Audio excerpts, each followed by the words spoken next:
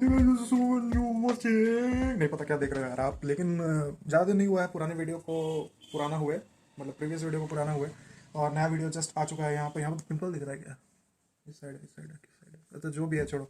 कभी कभी ऐसा नहीं लगता है कि हमारे बाइक में भी वो वैसा फीचर रहता है कि बाइक के पास जाएं, बाइक स्टार्ट हो जाए, जैसे गाड़ियों में होता है, मतलब लेटेस्ट मॉडल में अभी अभी, कि पॉकेट में चाबी रखा रहता है और वो लोग जाते हैं, हैंडल में एक बटन दबाते हैं और गाड़ी स्टार्ट हो जाती है, चाबी का कोई झंझट ही नहीं है। उसको बोलते हैं नियर फील्ड कम्युनिकेशन टाइप का कुछ रहता है। बीकन टाइप का, ट्रांसपॉन्डर टाइप का रहता है उनके की में। तो उसी तरह का हम लोग कुछ बनाने वाले हैं जिससे अपनी गाड़ी को पता चल जाए कि हाँ उसका मालिक आ चुका है उसके पास और उसे चालू हो जाना चाहिए। और थोड़ा सा इसके बारे में पढ़ने के बाद पता चला कि इसको बोलते हैं पैसिव कीलेस एंट्री, पीकेई शॉर्ट में, और ये यूज़ करता है आरएफ फ्रिक्वेंसीज को डिटेक्ट करने के लिए कि आप गाड़ी के नज़दीक है कि नहीं है। गूगल ने तो यही बोला। तो देखो ऐसा नहीं है ना कि इसको शुरुआत से बनाना ही है। अमेज़ॉन पे आपको इस तरह का किट भी मिल जाएगा जो कि, एक मिनट, हाँ, जो कि 600 का नहीं है ब्रो। 14,000 का है। 600 रुपया EMI पे है पर मंथ का। तो ये सब आपका रेडियो फ्रिक्वेंसी का जो मतलब अंटीना सब है, ये दोनों अंटीना है, तीनों अंटीना है, ये गाड़ी में लगा रहता है और दोनों की है जो कैरी किया जाएगा, ये इसका मेन माइक्रो कंट्रोलर है। तो इतना पैसा तो हम लोग नहीं खर्च करने वाले हैं, तो इसका कुछ सस्ता उपाय खोजना पड़ेगा। तो यहाँ पर जैसे लिखा हुआ है कि ये RF पे वर्क करता है। हम लोग यहाँ पर देखें RF मॉड्यूल, तो आप देख सकते हो ना 433 हर्ट्स वाले बहुत सारे RF मॉड्यूल सस्ते में मिल रहे हैं। इतना सस्ता भी नहीं मिलता, ये थोड़ा सा डुप्लीकेट साइट लग रहा है। जो भी है 200-300 के अंदर ये RF मॉड्यूल आपको अमेजोन पे भी मिल जाए। जिन लोगों ने आर्डिनो में काम किया होगा ना, ये RF मॉड्यूल एक डिकोडर और इनकोडर के साथ भी आता है। अब जो RF रिसीवर है और ट्रांसमीटर है वो बस ऐसे हम लोग इस्तेमाल नहीं कर सकते। हम लोग को यहाँ पर चाहिए होगा डिकोडर आईसीज। ये सब देख रहे हो ना, ये आईसी इनकोडर डिकोडर आईसीज है। तो आपको ये खरीदना पड़ेगा। ऐसा नहीं है, देखो ये जो है ना पूरा आपको सर्किट लेने का ज़रूरत नहीं है, आप बस वो आईसी वाला पीसी ले सकते हैं और मस्त पेयर करके लगा सकते हैं इसके साथ। यहाँ पर देख रहे हो ना, ये अपना रिसीवर मॉड्यूल है, इसके साथ लगा सकते हैं। और एक क्या चाहिए हम लोग को, रिले का भी दरकार पड़ेगा। कोई सा भी रिले उठा लो यार, जैसे बाइक सब में ये सब रिले ज़्यादा प्रीफर होती है, मतलब तुम एम्पेयर देखो और एम्पेयर करके उठा लो। इसे यूज़ होने वाली है वो ST120D फॉर डिकोडर, और यहाँ पर जो ई लिखा हुआ है ना लास्ट में, वो इनकोडर के लिए यूज़ होता है, मतलब ST12E इनकोडर। एक डेमो वीडियो किसी का रील बनाया हुआ है, तो इसमें है ना क्या रिकॉर्डर आईसी यहाँ पर लगा हुआ है, और ये ट्रांसमीटर है, ये रिसीवर है, यहाँ पर कोई इनकोडर आईसी लगा हुआ है। मस्त दोनों बैटरी से पावर सप्लाइड है। और इसको हम प्ले करो तो देखो यहाँ पर कि ये आदमी बटन यहाँ दबा रहा है और एक लाइट वहाँ जल रही है, फिर और एक दबा रहा है तो एक लाइट वहाँ जल रही है। और ऐसे 4 चैनल का यूज़ कर रहा है ये जलाने के लिए लाइट्स को। और इसमें यहाँ पर क्या हो रहा है ना कि इस बंदे को यहाँ पर बटन दबाना पड़ रहा है, तब यहाँ से वहाँ सिग्नल जा रहा है, कम्युनिकेट हो रहा है। तो हम लोग को ऐसा नहीं चाहिए। हम लोग को चाहिए कि उसको पता चल जाए कि हम लोग पास आए हैं और वो गाड़ी को चालू कर दे। तो अगर आप इस इनकोडर डिकोडर आईसी का एक देखोगे ना, रुको एक मिनट, तो ये डाटा सेट डाउनलोड हो गई है और होल्टेक की कंपनी की है, और ST12D का नाम लिखा हुआ है, और सीरीज़ ऑफ डिकोडर्स इसलिए क्योंकि अगर आप यहाँ पर थोड़ा स्क्रॉल करके नीचे देखोगे तो 1 2 3 4 टाइप की है, और जो हम लोग टाइप यूज़ करने वाले हैं वो यहाँ पर देखो, ये ST12D लिखा हुआ है ना, और 18 पिन के साथ यहाँ पे ये वाला यूज़ करने वाला है। और अगर आप ध्यान से देखो तो यहाँ पर एक VT पिन आती है, और यहाँ पर पिन डिस्क्रिप्शन में देखोगे तो VT पिन यूज़ हो रहा है CMOS आउट के लिए, और वैलिड ट्रांसमिशन एक्टिव। अगर ट्रांसमिशन वैलिड रहेगा, मतलब ट्रांसमिशन अगर इस आईसी को रिसीव होगा तो इस पिन पे वैल्यू हाई रहेगी, ठीक है, एक्टिव हाई लिखा हुआ, अगर रिसीव करेगी तो हाई रहेगी। और बाकी सारा पिन आप देख सकते हो किस किस के लिए यूज़ होता है, वो तो मैं आपको बता दूंगा किस तरह वायरिंग करना है इसका। हाँ ओके, तो यहाँ से आप पिन देखोगे A1 से A7 तक, ठीक है। ये पासवर्ड क्रिएशन मतलब एड्रेस क्रिएट करने के लिए इस्तेमाल होता है। मान लो कि आपने इसको गाड़ी में लगा लिया, ठीक है, तो हो सकता है कि किसी और के पास सेम डिकोडर आईसी रहे, तो आपकी गाड़ी को ऐसे ही चालू कर लेगा, कोई दिक्कत ही नहीं है, मतलब समझ रहे हो। रुको जूम आउट करने दो। हाँ, तो मैं बोल रहा था कि अगर ये आईसी किसी और ने बना लिया, ठीक है, और उसने आपकी गाड़ी के पास वही आईसी लाया, तो आपकी गाड़ी तो स्टार्ट हो जाएगा, फिर तो दिक्कत वाला चीज़ है ना। तो ऐसा नहीं करना है कि कोई भी आपका गाड़ी स्टार्ट कर ले। तो इसके लिए हम लोग यहाँ पे यूज़ करेंगे ये सारे पिन्स को। यहाँ पर देख रहे हो ना, A1 A0 से A7, इससे हम लोग एड्रेस डिफाइन करेंगे कि पर्टिकुलर एड्रेस ही रहेगा, इससे कम्युनिकेट मतलब इस मतलब अपना सिग्नल इसके तरफ पहुँचाने के लिए बस एक ही रास्ता रहेगा, 72 नहीं, समझे। चलो ठीक है। जूम इन करते हैं, डी इन से समझ रहे हो, डाटा इन पिन है जो कि आपका रिसीवर से आएगा। रिसीवर जो अपना देखे थे ना, अपना 433 हर्ट्स वाला RF रिसीवर, वहाँ से यहाँ पर कनेक्ट हो जाएगा। और D11, D10, D9 और D8 आपका वो पिन है। अगर आपको कोई सिग्नल ऐसा पर्टिकुलर भेजना रहे तो आप यहाँ से भेज सकते हैं, ऑन ऑफ वाला। ओके, तो डाटा शीट का तो काम हो गया। अब हम लोग चलते हैं डायरेक्ट वायरिंग पे। अभी जो आप लोग मेरे हाथ में देख रहे हो ये इनकोडर IC है 12E, जो कि सेंड कर लिया गया है ताकि इसका साइज़ मिनिमम से मिनिमम कर लिया जाए। और इसके साथ ही हम लोग यूज़ करने वाले हैं ये ट्रांसमीटर चिप।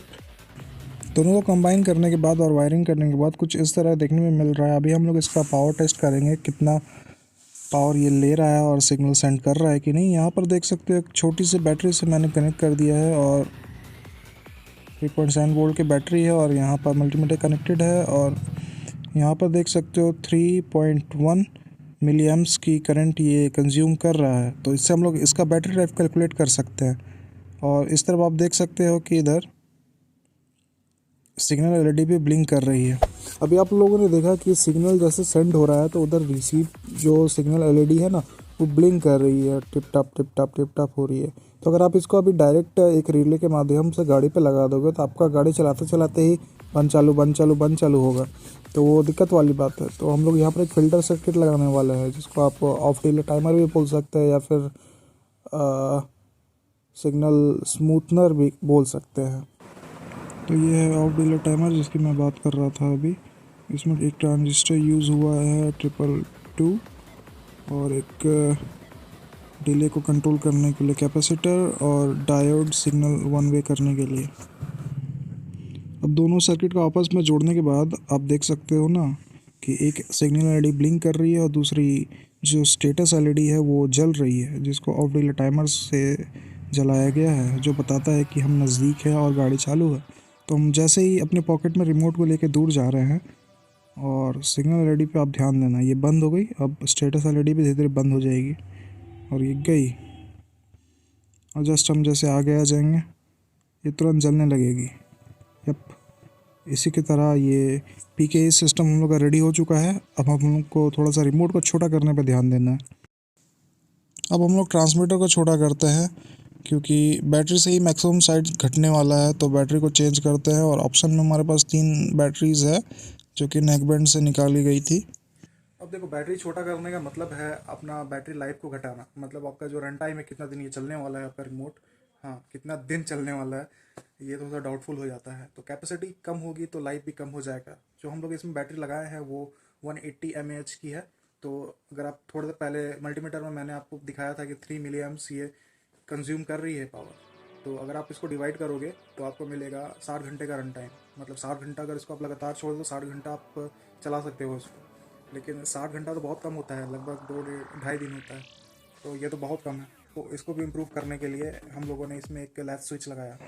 अब लैच स्विच के लिए बहुत सारी सर्किटरी की ज़रूरत पड़ती है जो आपको यूट्यूब में आराम से मिल जाएगी, लेकिन कंपोनेंट बढ़ेंगे तो पावर कंजम्पशन भी बढ़ेंगे, तो अपना ही घाटा है। तो हम लोग यूज़ करने वाले हैं TTP 2203 IC, जो टच IC के नाम से जाना जाता है। और इसमें लैच फंक्शनैलिटी पहले से होती है और इसका करंट कंजप्शन भी 1 मिली एम्प से नीचे है, जो कि फ़ायदेमंद ही है अपने लिए। अभी लैच IC वहाँ पर लग चुकी है और रिसीवर रिसीव भी कर रहा है, ट्रांसमीटर ट्रांसमिट भी कर रहा है। आप देख रहे हो छूने से ट्रांसमिशन चालू हो जा रहा है और बंद हो जा रहा है। तो इससे क्या होगा, उसकी बैटरी लाइफ सेव होगी। अभी थोड़ा सा दिक्कत इसलिए हो रहा है क्योंकि टच का यूज़ कर रहे हैं हम लोग। थोड़ा देर बाद अब इसमें स्विच लगा दिया जाएगा। अभी ट्रांसपॉन्डर चाबी का फाइनल आ गया है, इसको वाटरप्रूफ कर दिया गया है अच्छी तरीके से, जो कि मेरे हाथ में रखा हुआ। अभी देखो जैसे जैसे मैं पास जाऊंगा वो एक्टिव हो जाएगा।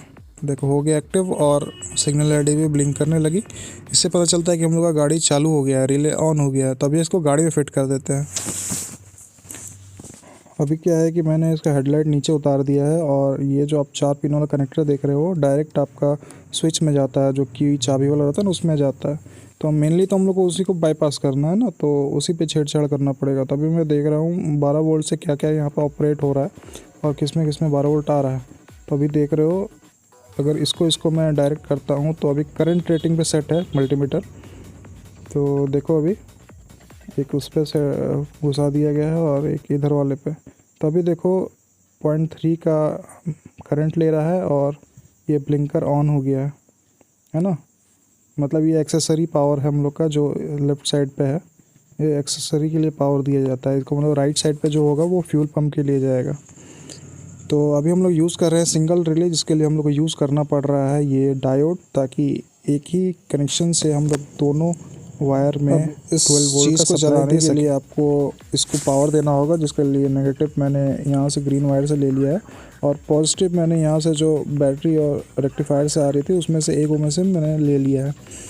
तो आप चेक करके देख सकते हो, आपको एक को पॉजिटिव रेड वाले को है ना एक पॉजिटिव सप्लाई देना है और एक डायोड से जो होके जाएगा उधर से एक फ्यूल पंप में जाएगा और एक एक्सेसरी वाले में जाएगा। तो इतना करने के बाद आप रेडी हो इसे चलाने के लिए। अब इस फ़ोटो पे ध्यान दो, ऊपर की जो रेड वायर्स है वो पॉजिटिव सप्लाई है और नीचे पे जो वायर है वो एक्सेसरी के लिए है, मतलब एक इग्निशन और एक एक्सेसरी लाइट्स के लिए। अभी देखो छोटा सा टेस्टिंग, सिग्नल एलईडी ब्लिंक करने लगी और पैनल पे लाइट आ गई है। अभी फ्यूल पंप भी चालू हो चुका है। अभी स्विच को, रिमोट को, ट्रांसमीटर को फिर से ऑफ़ कर देते हैं। तो अभी देखोगे सिग्नल एलईडी बंद हो गई है और लाइट ख़त्म और पैनल से लाइट भी अब चली गई है ना। तो ये देखो, ये जो बटन है ना वो ज़रूरी नहीं है आपको दबाना ही है हर बार। ये बस है कि उसका रिमोट का बैटरी बचे रहे, ज़्यादा देर तक रहे, इसलिए वो स्विच डाला गया है। आपको मस्त ऐसे पॉकेट में डाल के रखना है, कोई दिक्कत नहीं है। बस ऐसे ही बार बार चार्ज करना पड़ेगा। अभी आप लोगों को एक छोटा सा डेमो वीडियो दिखाते हैं जिसमें मैं दूर जाऊंगा तो गाड़ी बंद हो जाएगा और पास आऊंगा तो चालू हो जाएगा। अभी गौर करना, मैं कोई स्विच दबा नहीं रहा हूँ, बस मेरा ट्रांसमीटर चालू है और पॉकेट में है। अभी उधर दिख रहा है ना आपको, ऑरेंज बत्ती बंद हो गई, मतलब ये मैक्सिमम डिस्टेंस है। आप डिस्टेंस को कस्टमाइज़ कर सकते हैं, वो इशू नहीं है। जैसे मैं पास आया तो फिर से ये चालू हो गया। 2-3 बार देख लो, आप काम कर रहा है ठीक से।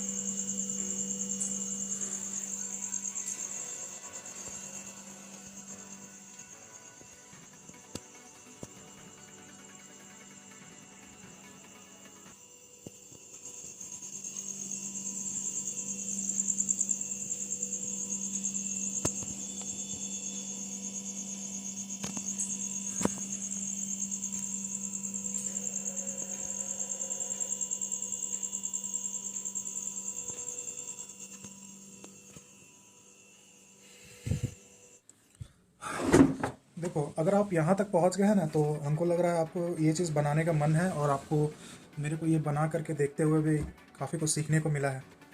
तो ये देखो, ये जो है ना, ये मेरे गाड़ी का चाबी है और उसी का बैंड है, ये वाला चाबी है हीरो होंडा का। और इसमें आप अगर देखोगे फीते के एंड में ये ट्रांसपॉन्डर लगा हुआ है जो हम लोगों ने बनाया था, आरएफ ट्रांसमीटर। और इसमें एक चार्जिंग जैक भी है जो कि इसकी बैटरी लाइफ ख़त्म होने के बाद इसको चार्ज करने में यूज़फुल है। और इसका जो हम लेस स्विच बना के रखे थे ना, वो यहाँ पर है, देखो क्लिक की आवाज़ आएगी शायद।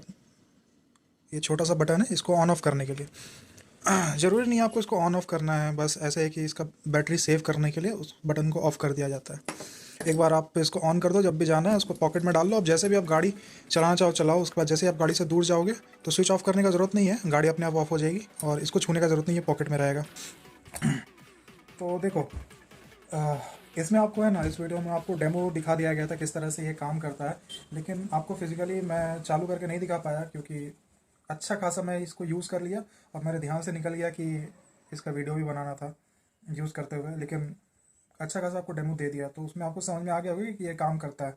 अब इसके फ्लॉज जान लो क्या क्या है। पहली बात, इसकी बैटरी लाइफ क्या है कि वो हम लोग कितना 60 घंटे कैलकुलेट किए थे। अगर मान लो किसी दिन आप चार्ज करना भूल गए या फिर 2.5 डेज ही चलेगा ये, या फिर गाड़ी में रखा हुआ है, मतलब पॉकेट में आपका रखा हुआ है और आप गाड़ी चला रहे हो और चलते चलते इसका बैटरी डिस्चार्ज होगी, गाड़ी तो गया आपका, बंद हो गया, उसे मैं आप इस रिमोट से तो चालू नहीं कर पाओगे, लेकिन आप की से ज़रूर चालू कर पाओगे। तो ये दिक्कत वाला चीज़ है कि मेरे को की निकालना ही पड़ जा रहा है इसकी बैटरी लाइफ की वजह से। फ्यूचर में कभी इसको चेंज करना रहे तो मैं इसे BLE में स्विच कर दूंगा।